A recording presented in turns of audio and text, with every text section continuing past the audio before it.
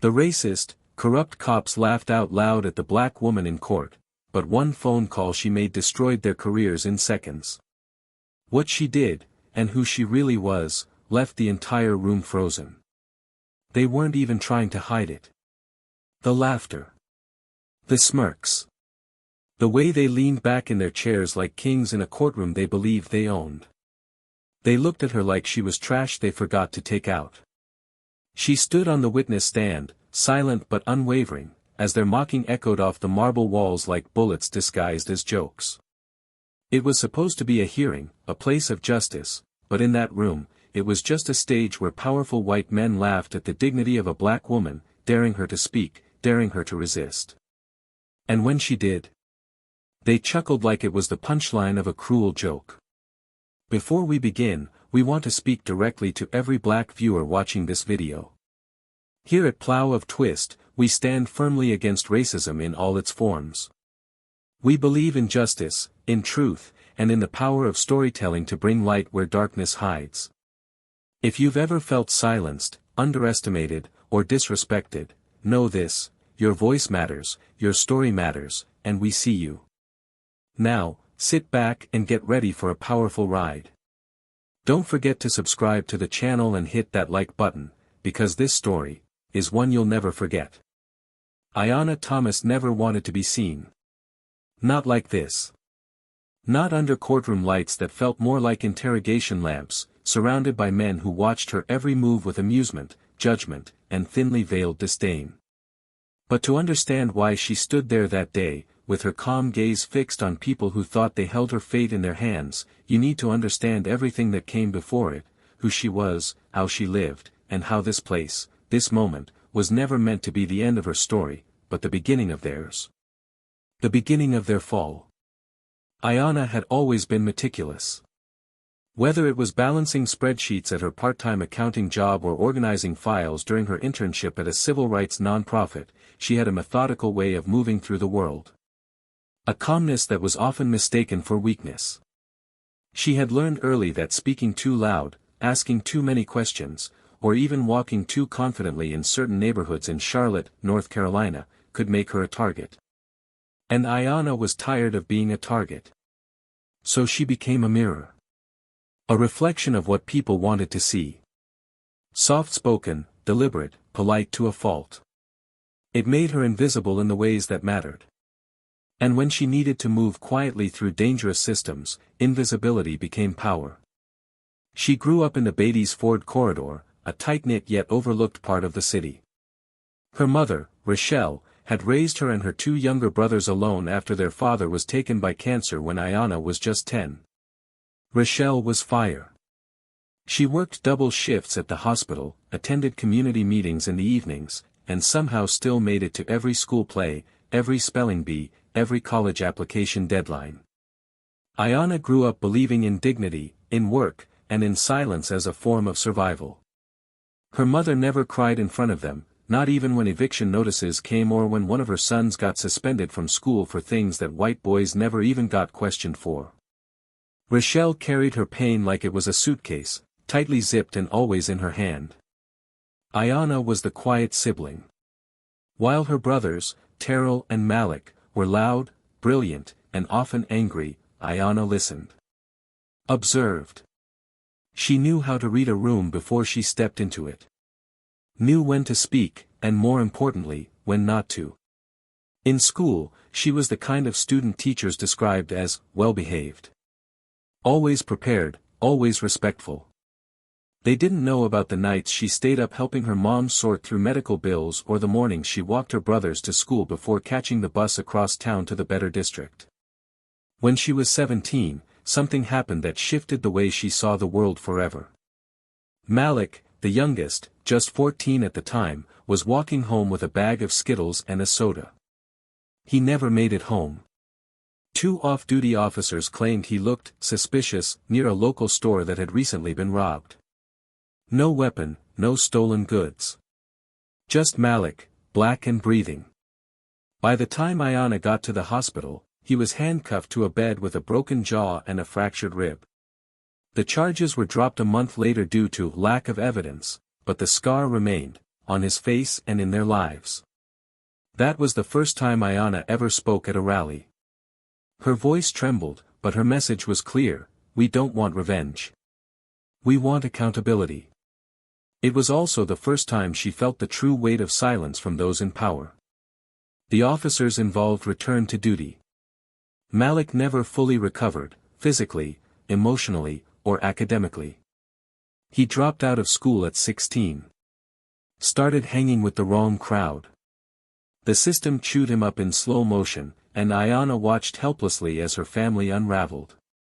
Still, Ayanna pressed forward. She graduated with honors, got a scholarship to UNC Charlotte, and majored in political science with a minor in criminal justice. She didn't want to become a lawyer. Not then. What she wanted was to understand the rules of the game that kept people like her family on the losing end.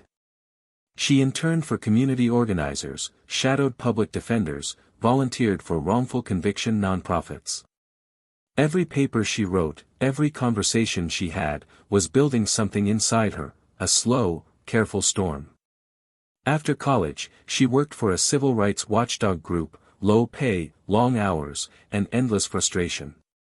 She filed reports on racial profiling cases, many of which were buried or pending for years. She learned to navigate bureaucracy like a maze, knowing most people gave up long before they found the exit. And through all of this, she never stopped collecting. Not just stories, but data. Facts. Names. Patterns. And a growing list of cops who walked free after destroying lives. That list, unfortunately, had some of Charlotte's most decorated officers at the top, including Sergeant Jason Whitmore and Lieutenant Brad Carver. Men who smiled for charity events, handed out toys at Christmas, but were known in black communities as threats. Not protectors. They were at the center of multiple misconduct claims that went nowhere. Ayanna had seen the complaints. Watched videos that disappeared from public record. Interviewed witnesses who were later intimidated or discredited. She knew their playbook. And she knew they weren't just dangerous, they were untouchable. Until the day they messed with the wrong person. The woman they decided to humiliate wasn't seeking attention. She was seeking truth. It began with her involvement in a case where an unhoused man was beaten during a supposed routine check in a parking lot behind a convenience store. The man died 2 days later. The officers claimed he was aggressive. That he had a weapon. But surveillance footage, quietly leaked to Ayanna, told a different story. There was no struggle. No weapon. Just fists. Just laughter. Just death. She brought the footage to the department. It vanished. She followed up. She was told there was no active case and warned to drop it. When she persisted, anonymous threats started. Someone keyed her car. Her mailbox was destroyed. But she didn't stop. And when the pressure mounted, they flipped the script, accusing her of tampering with evidence, obstruction, defamation. She became the defendant in a trial that was supposed to silence her forever. But Ayanna didn't just walk into that courtroom unprepared. She walked in with every lie they'd ever told. Still, from the outside, it looked like she was losing. No high-profile lawyer. No flashy defense. Just her. A black woman facing a room full of men who believed they had already won. The press ignored the case. The public assumed she was another activist who had gone too far. The courtroom crowd treated her like a cautionary tale. She sat alone at a small table with a manila folder and a quiet gaze that never broke. Opposite her, Carver and Whitmore sat laughing. Their lawyers smirked. And even the judge seemed uninterested in the proceedings. From the opening statements, it was clear no one expected this to go anywhere. A formality. A routine crushing of another dissenting voice. But Ayanna had not come for pity. She had come with a purpose. And in the silence between each attack, each sarcastic remark, each degrading comment meant to break her, something else was happening. Something none of them could see. She was waiting. Not for mercy. Not for luck. She was waiting for the exact moment when everything she had planned would fall into place. And when that moment came, no one, absolutely no one, was ready. But what exactly had Ayanna been building behind the scenes? How did a woman they believed was powerless walk into their courtroom and flip the script on everything they thought they controlled? You're about to witness it. The courtroom felt colder the second day. Not in temperature, but in tone. There was an unspoken confidence lingering in the air, an expectation that the defense would steamroll through whatever the woman sitting at the defense table had left to offer. Ayanna sat in that same seat, the same one she'd occupied the day before, back straight, hands clasped on the folder in front of her. To anyone watching, she seemed still. But the tension in her shoulders and the slight twitch of her jaw betrayed something simmering underneath, something waiting, calculating. She had observed every movement, every look, every micro-expression from the men across the room. And she had noticed something crucial: they weren't worried. They were entertained. Lieutenant Carver leaned over to Whitmore with a smirk, voice low but not low enough. "She's gonna start crying today, I'm calling it." Whitmore laughed under his breath, eyes still locked on her. "Nah, she's holding out. Probably rehearsed this whole act in her mirror." They both chuckled, like boys passing notes in the back of a classroom, completely unaware of the storm just beyond the edge of the horizon. Their lawyers didn't even bother to silence them. This wasn't a trial to them, it was a performance. A slow humiliation. The prosecutor, a young white man with gelled hair and too much arrogance, stood with another folder that Ayanna recognized immediately. They were about to replay footage from her own apartment building's surveillance system, selectively edited, stripped of context, and presented as proof that Ayanna had tampered with evidence during her independent investigation. "Ladies and gentlemen of the court," he began, his voice smooth, rehearsed, confident, "what we are about to show you is clear, undeniable footage of the defendant entering a restricted area and accessing files that were protected under a sealed investigation." Ayanna blinked once, slowly, but remained silent. She didn't need to react yet. As the video played, the screen showed her unlocking a cabinet in the records room of the neighborhood precinct, an access she had been granted 6 months prior through a temporary community liaison agreement. But that detail, of course, was omitted from the narration. She watched as the prosecutor dramatized every move, twisting it into something criminal, something malicious. Then, as the footage ended, the judge raised an eyebrow and turned to Ayanna. "Miss Thomas, do you have an explanation for this?" She stood up slowly, her voice steady but full of quiet steel. "I do, Your Honor. But if I may, I'd like to present the full footage, not just the 30-second clip the prosecution handpicked." The courtroom shifted. A murmur rippled across the spectators. The judge hesitated, then gestured for her to proceed. Ayanna walked to the evidence screen, plugged in a small USB drive, and tapped a few keys. The video started again, this time, beginning 10 minutes earlier. The recording showed her entering the building with a badge, greeted by the front desk officer, signing into the logs, and opening the records cabinet with the same key that had been issued to her. There was no force, no stealth, no deception. Just quiet, procedural steps. The room fell into a tense silence. "I was given access," she said calmly, "because I was working with the Civilian Oversight Committee on an internal audit. That footage was taken out of context. But I have no doubt the prosecution knew that." The judge leaned back, slightly taken aback. The prosecutor stumbled over a response, muttering something about needing to review the files. Ayanna returned to her seat. And for the first time, the smirk on Whitmore's face flickered. During a short recess, Ayanna sat alone outside the courtroom on a bench near the hallway windows. Her hands trembled briefly, but she tucked them beneath her blazer. Her mind was racing, but her body remained composed. She couldn't afford to fall apart, not yet. Across the hall, she could hear Carver's voice through the thin walls, laughing about something. Then silence. Then footsteps. He emerged a moment later, eyes narrowing as he spotted her. He walked over casually, leaned slightly against the wall near her, and spoke in a hushed but cutting tone. "You think you're some kind of hero? You think anyone cares what you're trying to prove in there? This is a waste of everyone's time. You're just a bitter little girl trying to play dress-up in a system that's way too big for you." Ayanna turned her head slowly, eyes meeting his. There was no anger in her expression, only something colder. "You don't see it yet, do you? You're already losing. You just haven't realized it." Carver scoffed and walked away without another word. But as he turned the corner, a flicker of uncertainty crossed his face.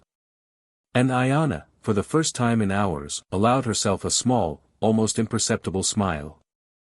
Back in the courtroom, the next witness took the stand, a former intern at the precinct, a nervous young man named Daniel who looked like he hadn't slept in days. He avoided eye contact with Carver and Whitmore as he adjusted the microphone. The prosecution had called him to support their timeline, but Ayanna knew better. During cross-examination, she approached him gently. "Daniel," she said, "can you tell the court how long you worked at the 16th precinct?" 6 months. "And during those 6 months, did you ever witness anything that troubled you?"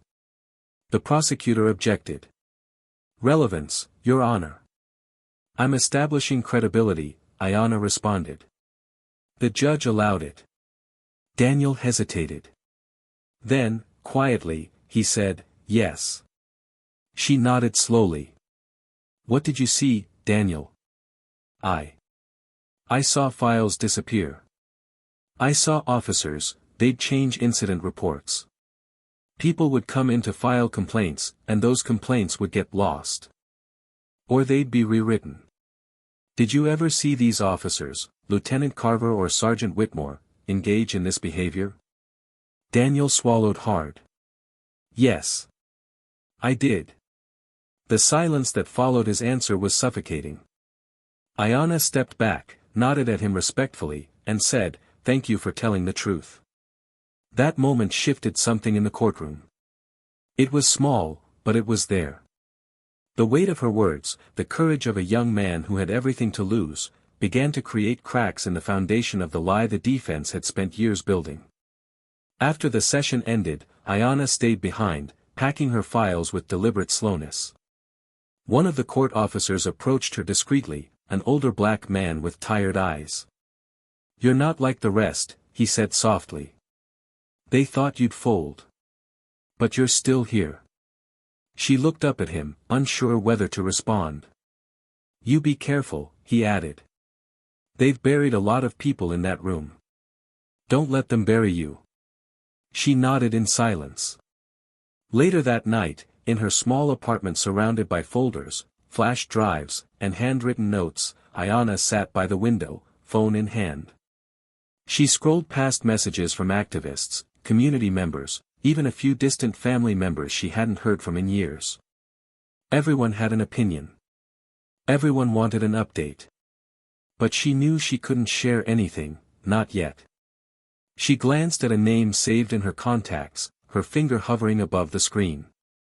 Then, with a steady breath, she tapped call. A low voice answered almost instantly. "Are we ready?" Ayanna's voice was calm, but her eyes burned. "Almost. One more day. Then everything changes. Because tomorrow was the day the truth would no longer be optional."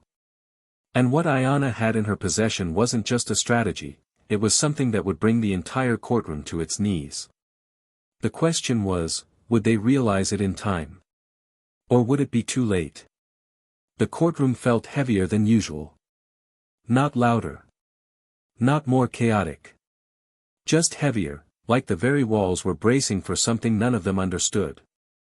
A quiet kind of weight settled into the wooden benches and crept through the polished floors. Even the judge, who had worn indifference like a second skin for the past 2 days, shifted more carefully in his seat. The air didn't move. It sat still, swollen with something none of them could quite name. Ayanna walked in without hesitation, her footsteps slow, but certain. She didn't look around for support. She didn't scan the room to gauge reactions. She simply walked to her seat, placed her folder down, and waited. As if she was counting down to something only she knew was coming. Lieutenant Carver whispered something to his attorney, who chuckled softly and shook his head. Whitmore leaned back, arms folded, looking every bit the man convinced the world still bent in his direction. The prosecutor reviewed his notes, tapping a pen rhythmically on the desk. The judge called for order, and the trial resumed. Ayanna requested to present final evidence. No one objected. They didn't believe she had anything new. Just another attempt to stall, to dramatize, to salvage whatever was left of her defense. But they underestimated what a patient woman can build when no one is watching. She stood slowly, walked to the monitor, and plugged in a different USB. The screen came to life, black at first, then flickered into a grainy video of a locker room. The date stamp on the footage read 6 months prior. 2 men stood by a row of metal lockers, Carver and Whitmore.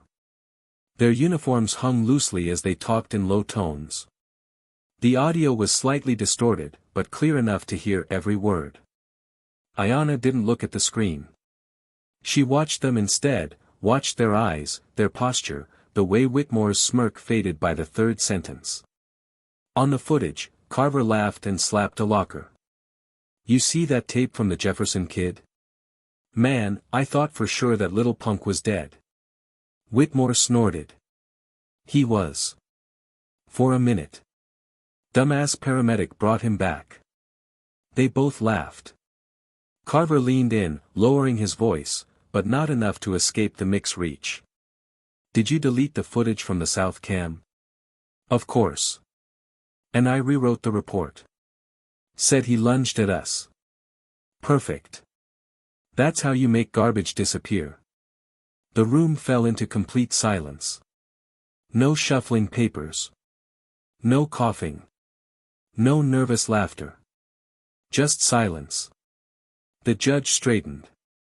The prosecutor froze.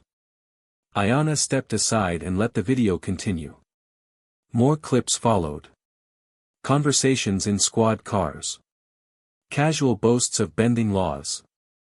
Jokes about cleaning up the streets with their fists.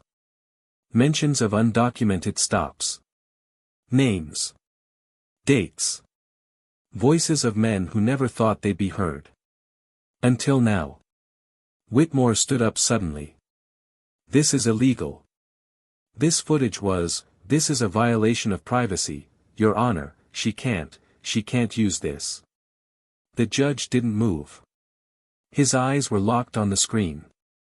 Ayanna finally spoke, voice calm. "The footage was obtained during a legal audit approved by the Civilian Oversight Committee, under Section 48C of the state's policy on internal misconduct investigations. It was submitted 3 weeks ago to the Department of Justice and validated as authentic."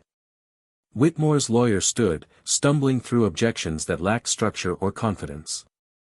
Carver sat still, jaw clenched so tight his cheek twitched. He knew. Somewhere inside, he knew this wasn't about the footage. It was about what came next. Ayanna turned to the court, her voice low but cutting. "What you've just seen is only a fraction of what's been documented. These aren't isolated events. They're a pattern. A system. And the men responsible have operated within that system with full knowledge they were untouchable. Until today." She walked back to her table and reached for her phone. The courtroom braced as she lifted it, dialed, and held it to her ear.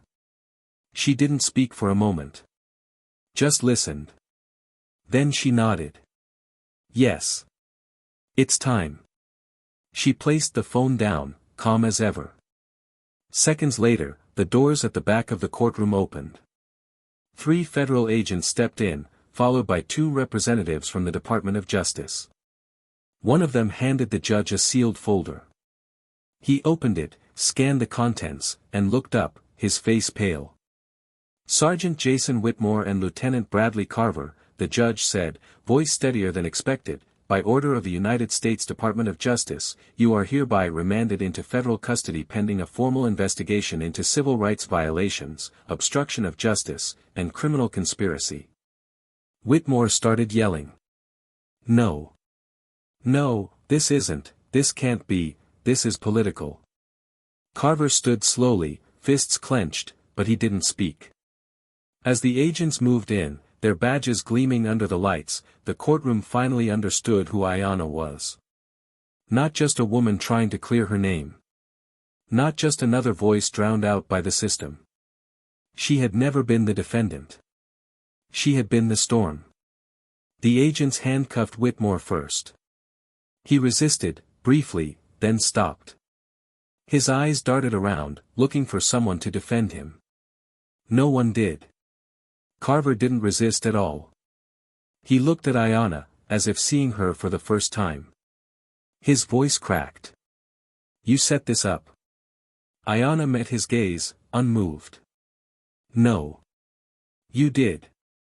The cameras that had been ignoring the case were now flashing. Reporters who hadn't cared were now shouting questions. The same courtroom that had laughed at her now sat in stunned silence. And Ayanna? She gathered her things, stood, and walked out without a word. The agents followed behind her. But the fallout wasn't over. Not even close. Because the footage had already gone public. The files, the transcripts, the conversations, they were being downloaded, shared, and aired across every network. People who had once been afraid to speak were coming forward. Families, survivors, former officers. The walls were crumbling. What no one realized, what still hadn't been revealed, was who had really made the phone call possible. Who gave her access? Who gave her the green light? Because Ayanna wasn't just working alone. And the truth behind that connection was about to change everything. Outside the courthouse, the storm had already begun. News vans lined the sidewalk, reporters elbowing each other for position as the front doors opened. Flashbulbs erupted in a frenzy, chasing every movement, every flicker of expression. Ayanna stepped into the chaos with the same poise she'd held inside, her face unreadable, but her eyes sharper than ever. The agents walked closely behind her, flanking the two men who just hours ago had mocked her in open court. Whitmore looked feral, panic etched across his face as he shouted at the cameras, spitting words like set up and witch hunt while his lawyer tried in vain to shield him. Carver, on the other hand, moved like a man watching his own funeral in real time, hollow, eyes glazed over, as if somewhere inside him, the part that believed he was untouchable had finally died.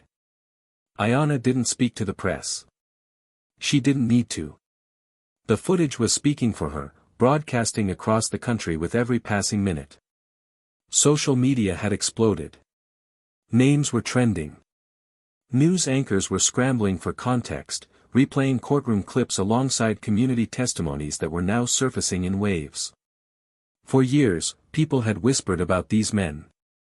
Now the world was listening. And Ayanna stood at the center of it all, unmoved not because she felt nothing, but because she had carried the weight of this moment for too long to collapse now.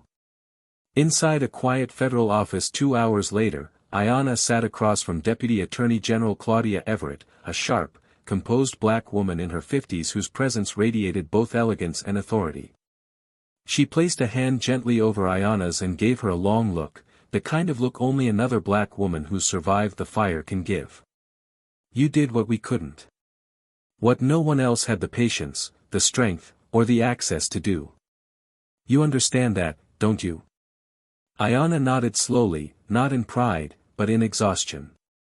I didn't do it alone.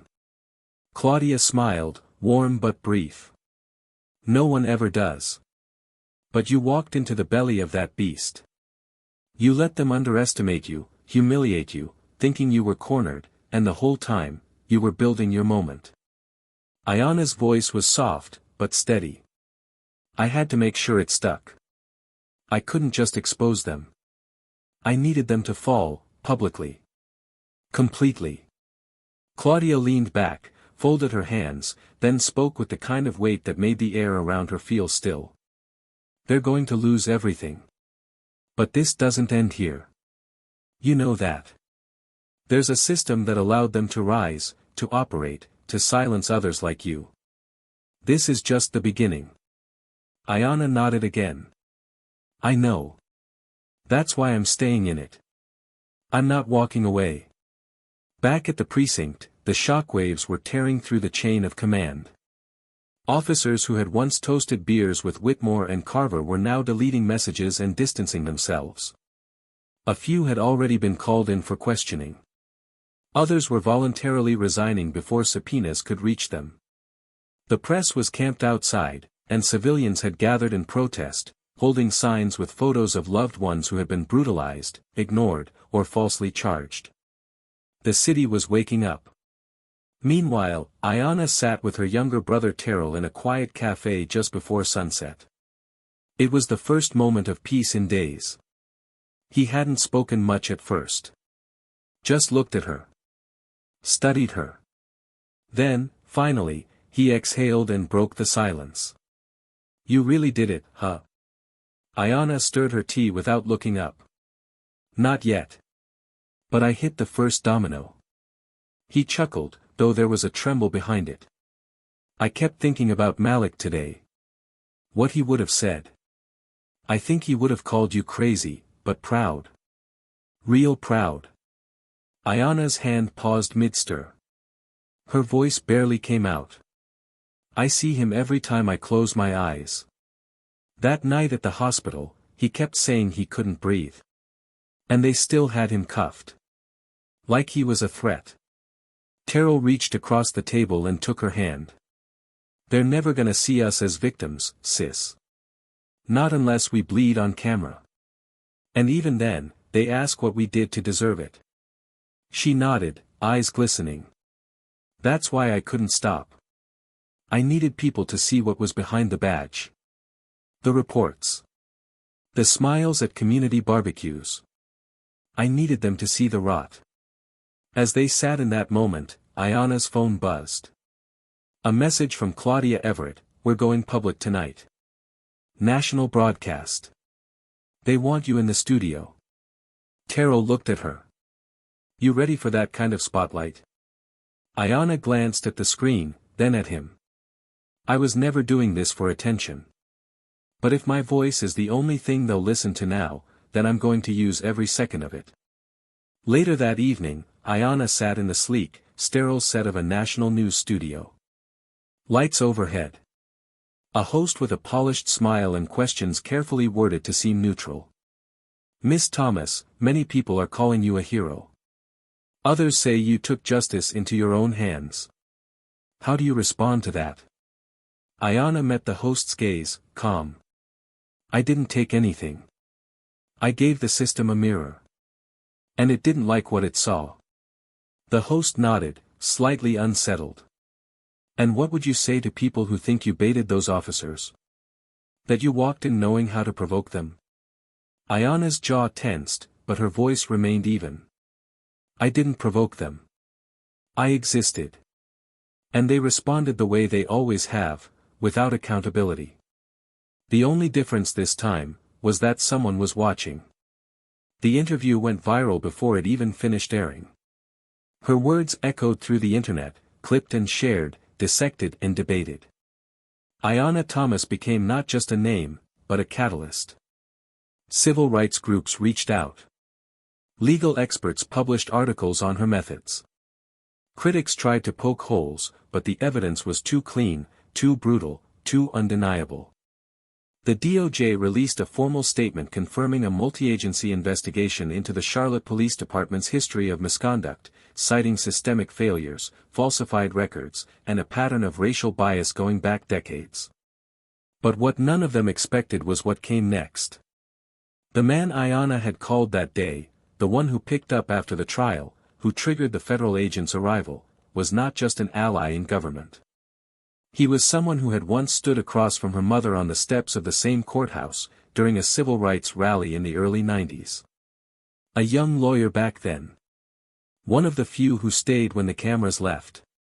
He never forgot Rochelle Thomas. Never forgot her strength. And when he saw Ayanna's name in the early DOJ reports, he connected the dots. He made the call. His name now carried enough weight to move entire investigations forward with a whisper.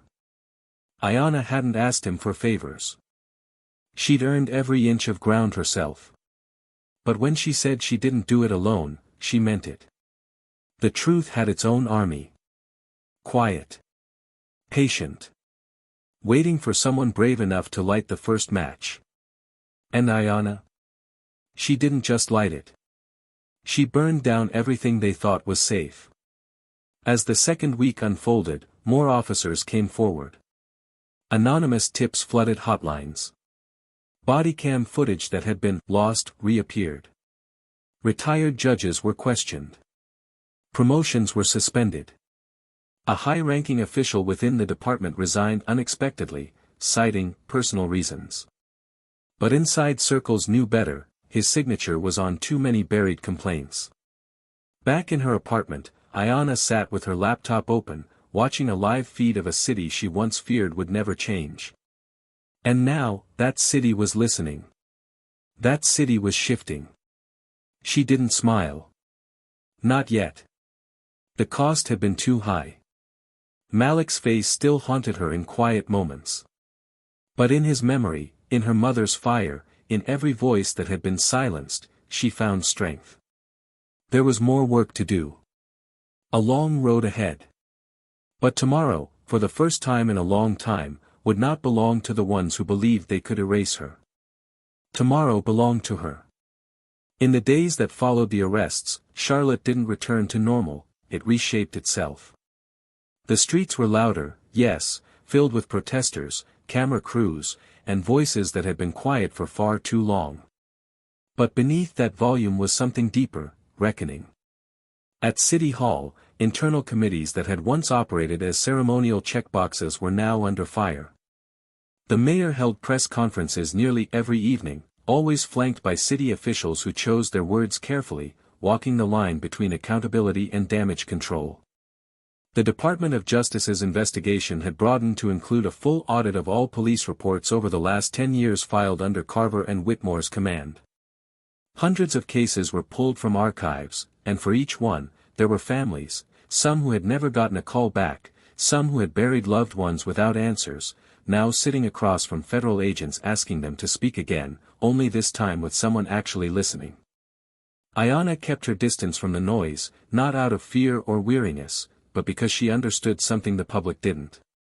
This wasn't her moment to bask in. It was her moment to be strategic. In her small office at the community center where she first interned as a teenager, she spent long hours connecting with civil rights lawyers, collecting testimonies, coordinating with organizers across the country who saw what had happened in Charlotte not as an isolated win, but as a blueprint. She had inadvertently become a symbol, a name shouted at marches, printed on posters, invoked in late-night roundtables and political debates. But the truth was, Ayanna wasn't seeking symbolism. She was seeking sustainability. And with every new door that opened, she knew another kind of danger entered too. Terrell sat with her late one night in that office, watching her sift through files, papers spread across a desk too small for the scope of what she was building. He picked up a photo, a printed still from one of the locker room recordings. "You know what scares me," he said, his voice low, his finger tapping the image slowly. "This right here, this wasn't even their worst. This was just the part that got caught." Ayanna looked up, her eyes tired but clear. "I know. But it's what we have. It's what we could prove." He leaned back, sighing. "And now what? You gonna keep doing this? Exposing people until you burn out?" She paused. Not because she didn't have an answer, but because the question hit something real. Something she hadn't admitted out loud. "I don't know if I have a choice anymore. I opened a door. And now I can't just close it." Terrell's voice turned hard, almost angry. "But what about you? What about your life? You think people won't come for you now? You embarrassed the entire department. You think the threats are gonna stop?" Ayanna met his gaze. "No. I think they're going to get smarter. But I'm not alone anymore. He didn't respond.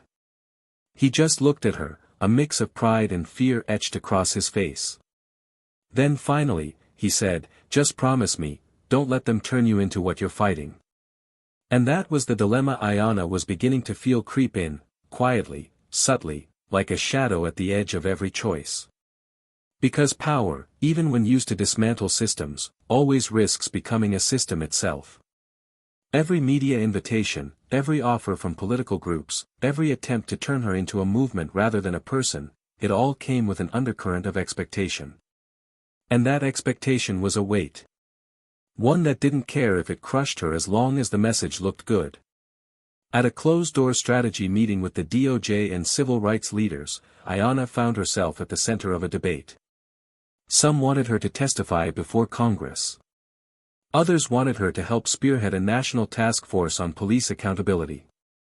One particularly powerful figure suggested she consider running for office. Ayanna listened. Measured.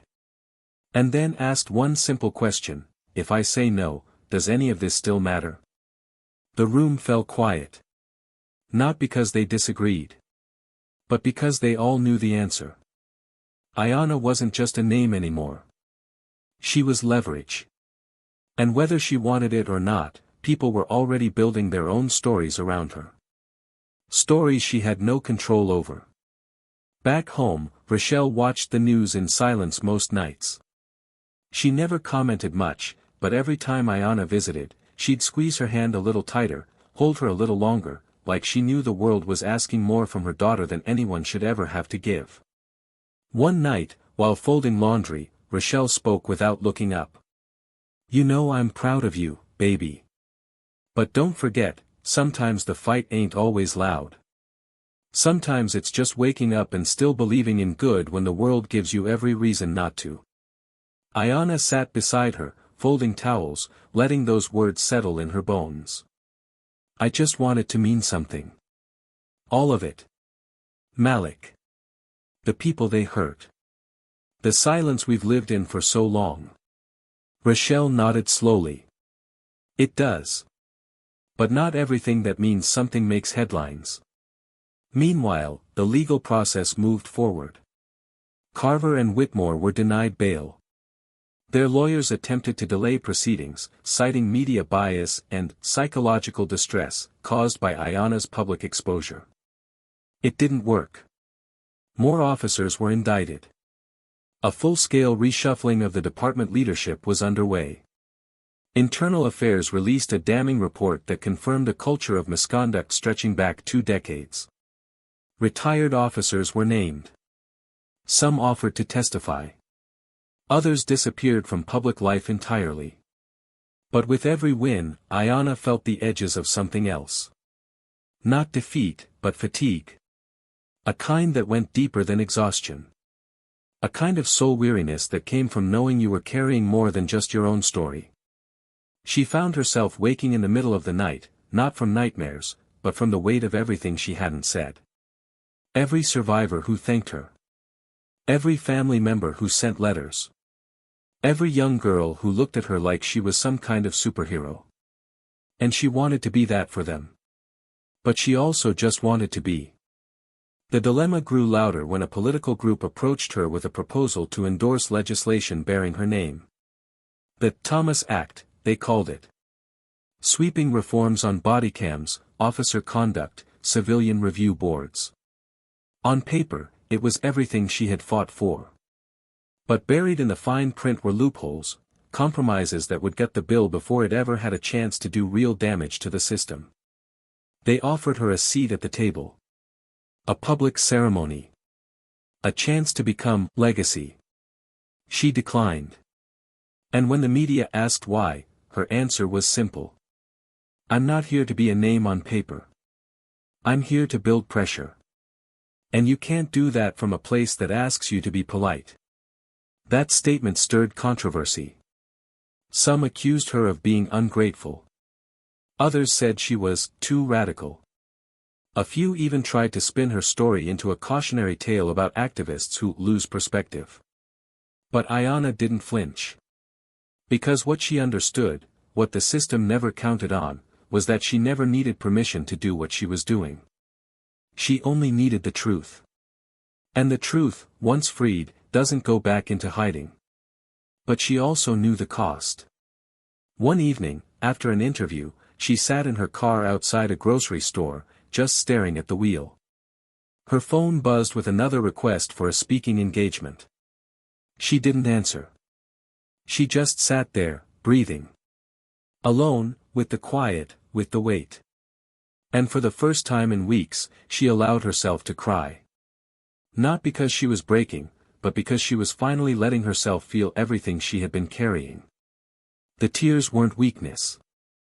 They were release.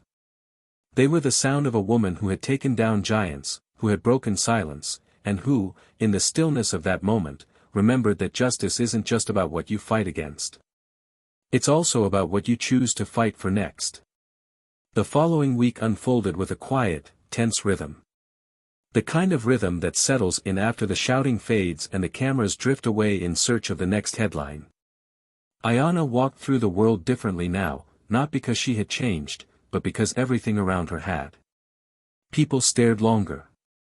Some nodded with respect, others with judgment. Conversations would pause when she entered a room. She wasn't anonymous anymore. And with visibility came expectation. She could feel it in the way people leaned in when she spoke, hoping for answers, or solutions, or maybe just permission to keep believing that change was still possible. But Ayanna didn't always have those things. Some days, she barely had enough left in her to get out of bed. She had started therapy. Quietly. Privately. In a small office with a black woman named Dr. Fields who had eyes like her mother's and a kind of patience that allowed silence to stretch without pressure. In one of their early sessions, Ayanna sat on the couch, legs crossed, arms folded tightly, staring at the carpet. Dr. Fields waited, letting the moment breathe. Ayanna eventually spoke, voice flat but honest. She said she felt hollow. Not broken. Not proud. Just, emptied out. Like she had poured everything she had into the fight, and now she didn't know what to refill herself with. Dr. Fields nodded, then asked a simple question: when's the last time you let yourself feel safe? The question hung in the air like smoke. Ayanna didn't answer. Not then. But the silence was its own response. Outside the therapy room, the consequences of her victory continued to ripple. Charlotte's police department was under full federal supervision now. Interim leadership had been appointed. Officers were retraining. Bodycams were mandatory. But policy changes couldn't erase the memories buried in communities that had endured decades of silence. Ayanna visited one of those neighborhoods, just blocks from where she grew up, at the invitation of a local youth mentor. She sat in a folding chair on a cracked basketball court while a circle of young black teens stared at her, wide-eyed, skeptical, curious.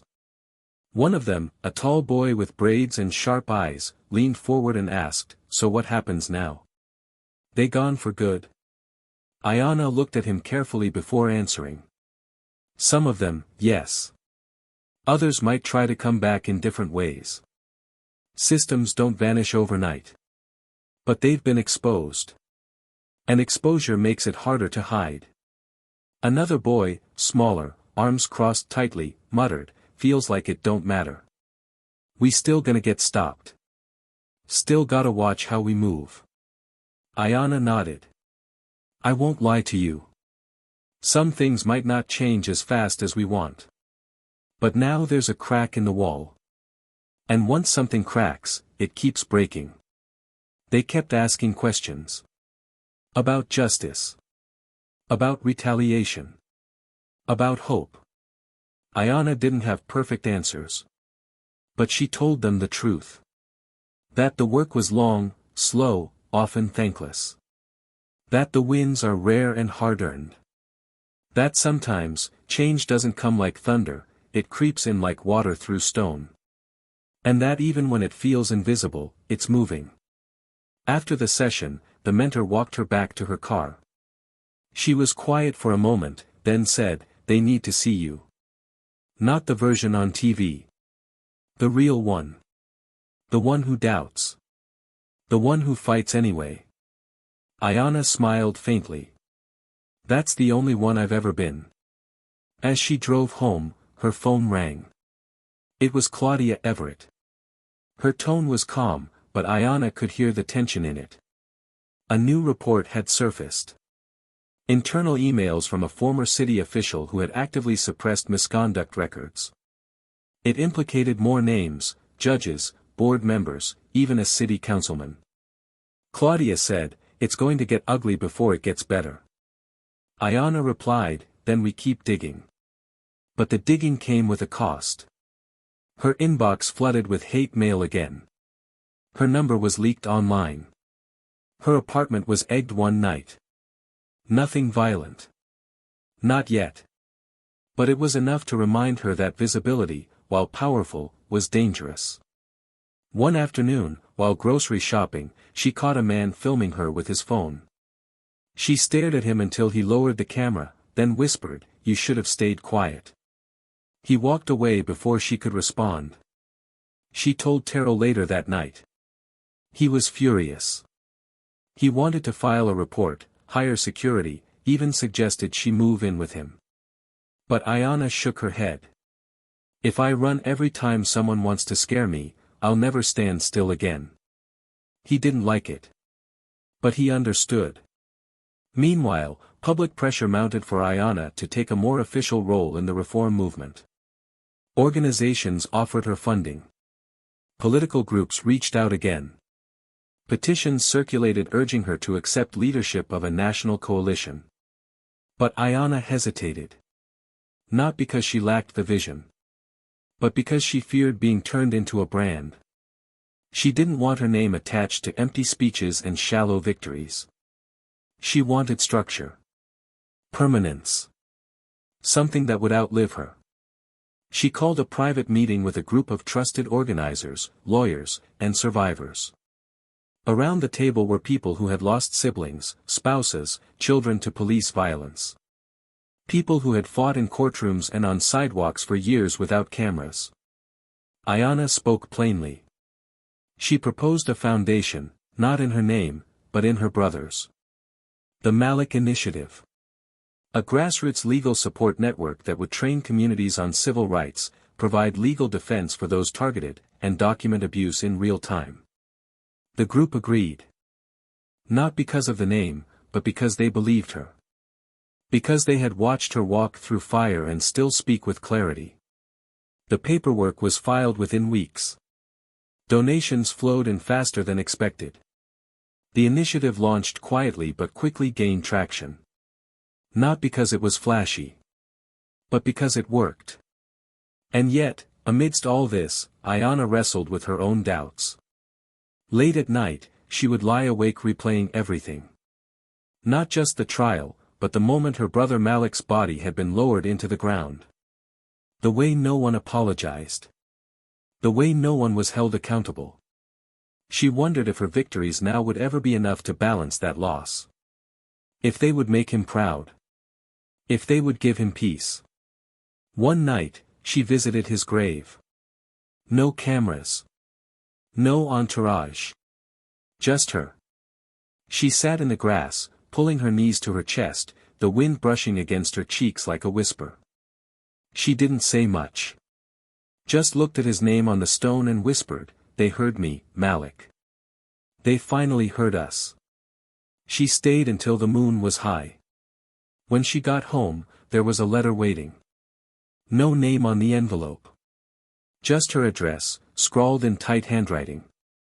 She opened it slowly. Inside, a single sheet of paper. No threats. No insults. Just a sentence. "You broke something we thought would never crack. Now we see you." It wasn't signed. But it didn't need to be. Ayanna folded the letter, placed it in a drawer with dozens of others, and stared out the window. The city pulsed with life below. Sirens, horns, laughter, footsteps. All of it blending into the sound of a place beginning to reshape itself. She knew the final chapter wasn't written yet. But she also knew who would write it. And she was ready. The sun was just beginning to sink behind the tall buildings of downtown when Ayanna stepped out of the Malik Initiative office. The air had cooled, brushing softly against her cheeks, but the city still felt heavy with motion and consequence. Cars honked distantly, footsteps shuffled by, and somewhere across the street, a group of teenagers laughed, loud and unfiltered, the way only kids untouched by the weight of the world could laugh. For a brief moment, Ayanna stood still on the sidewalk, watching them. Their joy didn't erase the scars of the city, but it gave her something to hold on to, a glimpse of what this fight could protect if they stayed the course. The office door shut behind her with a soft click, and she turned to walk toward the bus stop, backpack slung low on her shoulder, her steps quiet but purposeful. That night, Ayanna met with an old professor, Dr. Marcus Harlan, a man whose lectures had once lit the first sparks in her. They sat across from each other at a small diner, tucked in a booth far from the other patrons. He was older now, gray in his beard, slower in his gestures, but his eyes still burned with that same thoughtful intensity she remembered from college. He stirred his coffee as she updated him on the latest developments, and he listened, nodding silently, occasionally asking for more context, his questions always sharp and precise. After she finished recounting the DOJ's next moves and the launch of the initiative's legal clinics, he leaned back and regarded her with a long, unreadable gaze. Then he asked, almost like it pained him, "How are you holding yourself together?" Ayanna looked down at her tea, fingers tightening around the cup. "I'm not," she said quietly, "I'm just, not falling apart where anyone can see." Dr. Harlan didn't smile. He didn't try to comfort her with clichés. He just reached across the table, placed a hand over hers, and said, "You have every right to fall apart, Ayanna. You just don't have the luxury." She nodded slowly, tears gathering in her eyes that didn't fall. He continued, "But that doesn't mean you can't pause. It doesn't mean you're not allowed to feel tired, or scared, or unsure. Justice isn't built by machines. It's built by people. People break sometimes. It's okay to bend." She swallowed hard, fighting to keep her voice level. "I keep thinking about what happens if I stop. If I take a breath and the whole thing collapses." "It won't," he said. "Because you're not carrying this alone anymore. You lit a fire, Ayanna. Now there are others holding the flame too." She exhaled slowly, the weight in her chest shifting just enough to let in a little air. The rest of the conversation drifted to smaller things, memories from school, news about his grandchildren, his stubborn insistence that vinyl still sounded better than streaming. It was the kind of conversation that reminded her she was still human, still allowed to exist outside the frame of resistance. But that feeling was brief. The next morning, news broke of a leaked internal email, this time, from a high-ranking city official who had attempted to block the release of several misconduct cases due to public image concerns. Ayanna's phone lit up with calls, messages, and press requests before she could even finish her coffee. She ignored them all, choosing instead to call Claudia Everett directly. They spoke in clipped sentences, both of them already reading through the lines of what this meant. Claudia confirmed what Ayanna feared: the corruption wasn't just in the precinct. It was systemic. Political. Strategic. "They're protecting more than reputations," Claudia said, her voice hard. "They're protecting power." Ayanna was quiet for a long moment. Then she asked, "Do you think we can actually bring it all down?" Claudia didn't hesitate. "Yes. But not without a cost." That cost became more tangible the next day when Ayanna received an anonymous envelope at the initiative's office. Inside was a flash drive. No note. No markings. Just a single USB and a chill that crawled up her spine the moment she held it. She took it to her legal team, and together they opened the files. What they found stunned them. Audio recordings of closed-door meetings. Transcripts of conversations between judges and city leaders discussing how to strategically dismiss complaints without raising flags. There were lists of names, officers, clerks, reporters who had been paid to bury stories. And then there was one folder, marked simply, Thomas.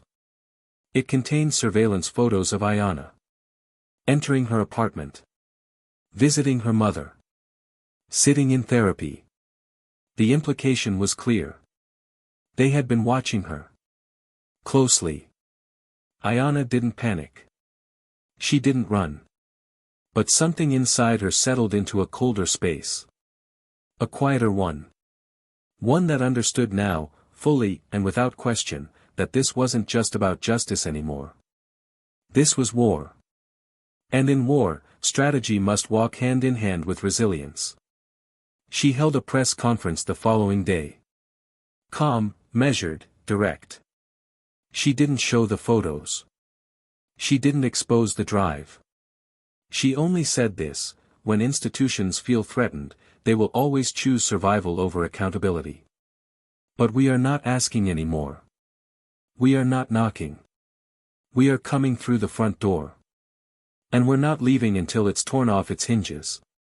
The response was seismic. Crowds gathered outside City Hall again. More whistleblowers came forward. A former city council member held a live interview confirming years of cover-ups. The Malik Initiative received a grant large enough to expand to 3 more cities. Ayanna became a face not of scandal, but of strength. And yet, through all of this, she moved carefully. Calculated. Because she knew the most dangerous people were the ones who felt exposed, the ones who thought themselves invincible until the moment their secrets were dragged into the light. One evening, as Ayanna returned to her apartment building, she saw a man standing near the entrance. Middle-aged, white, wearing a plain navy jacket, hands in his pockets. He didn't look threatening. Just out of place. As she approached, he spoke. "You don't know me, but I used to work in internal affairs. Quit 2 years ago when I realized they weren't ever gonna let me investigate the right people." Ayanna kept a safe distance. "Why are you here?" He looked down, then back at her. "Because I saw what you did. And I wanted to say, thank you. You've done what we couldn't. What we didn't have the guts to." She studied him for a long moment. "If you really mean that, then help us now. Tell us what you know." He reached into his jacket and pulled out a worn envelope. "Everything I could gather before they locked me out. Names. Locations. Timelines." She took it carefully.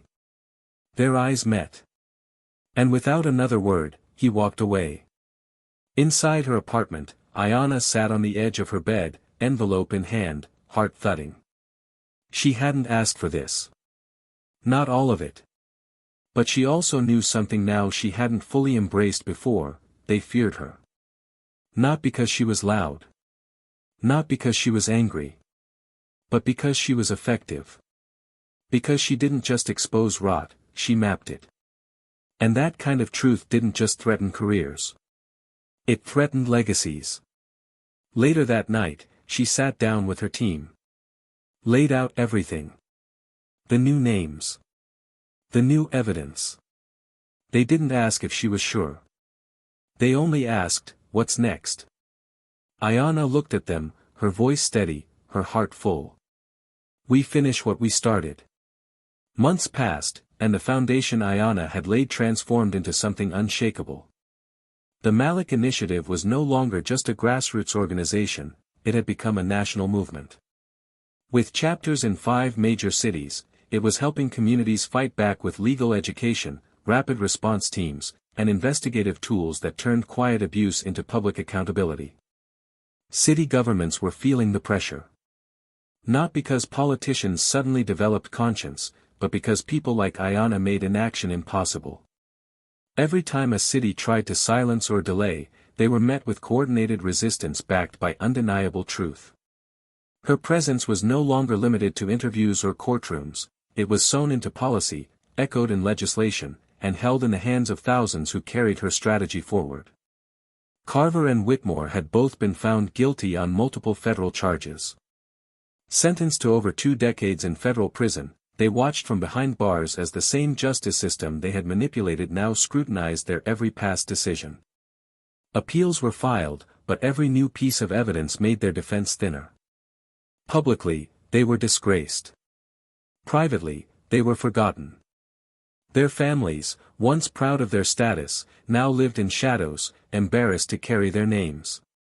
In prison, the men who once boasted about breaking lives became cautionary tales, symbols of what happens when unchecked power finally meets its reckoning. Judge Walters, the one who had presided over Ayanna's initial hearing, quietly retired 2 weeks after internal documents exposed his long history of dismissing complaints involving black plaintiffs. No ceremony. No farewell. Just a statement citing health concerns, and an empty bench that was soon filled by a younger black woman with a reputation for her relentless integrity. The irony wasn't lost on the community. In spaces where whispers had once lived, there was now applause, celebration, and the loud naming of injustices long buried. Ayanna's mother, Rochelle, had returned to volunteering at the local clinic. Not because she needed something to do, but because she had always believed in serving before speaking. For years, she carried her children's pain like invisible armor, never letting it break her. But now, she walked with her head higher, not because the world had changed overnight, but because her daughter had made the world admit it needed to. One afternoon, while Ayanna visited her at work, Rochelle handed her a small photo, one Ayanna hadn't seen in years. It was of Malik, standing beside a mural he'd helped paint during a summer program. Behind him were the words, "We protect us." Ayanna held the photo close, her eyes misting. Rochelle touched her shoulder and said, "You've made him proud, baby. You've made all of us proud." As for Ayanna, she never returned to anonymity. But she found peace in purpose. She declined every political offer. Turned down every endorsement deal. Instead, she became a strategic advisor for civil rights reform across the country, helping others build local movements with teeth. When asked why she chose not to seek office, her answer was always the same: "I don't want power. I want pressure. Pressure forces change. Power just reshapes itself." She never forgot where she came from, and she never tried to outrun the weight of her brother's name. She honored it with every action. Every voice she amplified. Every young person she told, "They only win when we stop." Years later, a documentary about the case was released, titled The Witness Who Never Broke. It detailed the events of the trial, the fallout, and the lives touched by what Ayanna had built. In its closing scene, the camera panned across a new community justice center, where Ayanna was seen teaching a workshop to a group of black girls, notebooks open, hands raised. The final line of the film was hers: "I wasn't there to survive the system. I was there to rewire it." Now, to you, the one listening to this story from the other side of the screen, maybe this tale reminded you of something you've seen, or worse, something you've lived. Maybe it stirred up rage, or sadness, or that frustrating mix of hope and hopelessness that so many of us carry in silence. But I want you to think about what this story really means. It's not just about Ayanna. It's about what happens when truth meets preparation. When pain becomes strategy. When silence becomes a war cry. And it's a reminder that you don't need permission to be powerful. You don't need credentials to speak truth. And you definitely don't need to wait for someone to save you, because sometimes, the person we're waiting for is the one already inside us, waiting to be heard. So I ask you now, how many Ayannas are walking around your neighborhood? How many Malik stories are buried in your community, unnamed, unresolved? And most importantly, what are you going to do about it? If this story moved you, challenged you, made you feel something real, then don't let it end here. Leave a comment below. Tell us what this story meant to you. Share it with someone who needs to hear it. And if you haven't already, make sure to subscribe to Tales of Twist. Because here, we tell stories that matter, stories that shake you, challenge you, and remind you of just how powerful one voice can be. We'll see you in the next one.